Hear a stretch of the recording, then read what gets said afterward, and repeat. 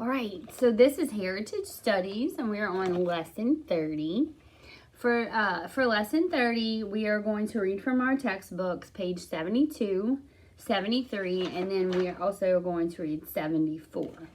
And so before we begin with that, I just want to go over and want to remind you guys about our lesson on Friday and how we talked about goods and how we talked about services. Remember, goods are something that you can touch. And that you purchase, and we talked about that could be something that's made, it could be something that's grown, like some of our food, and our services are things that people do. So remember, our doctors, they provide a service, dentists provide a service, teachers provide a service. So all of those people provide services for us. And we talked about how some services we have to have, like doctors and teachers and nurses, and some services are just because it makes things easier, and those are not bad things. It's just you don't have to have them. It goes back to wants and needs. Okay, so now that we've reviewed that, I want you to look at page 72, and we're going to read about money. It says, people get goods and services by trading. Trading is giving something and getting something in return. Some people barter.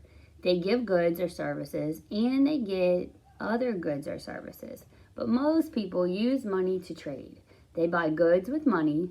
They pay for services with money. And so we've talked about people get goods and services by trading money. And trading is getting something and giving something in return. And so people, when they barter, instead of using money, they trade goods or services for other goods or services. So let's continue on page 73. It says, consumers buy goods and services. Producers make goods and services. People use money for other things too. They give money to church so churches can serve God. They help meet the needs of others, and they save money so they can use it later. Flip over to 74, and this is a then and now. So this is how it used to be, and then how it is now. So how people get things. People used to barter. They traded goods and services. Now most people buy things with money. So then we can see in the past, people traded furs and items such as tools.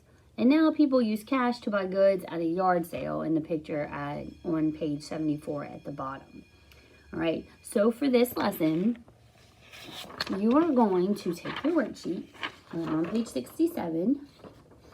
And this says the directions are draw a red circle around each producer and draw a blue circle around each consumer. Remember, a producer is the person who makes the good or services and sells those goods or services, or the consumer is the one who is buying the good or the service.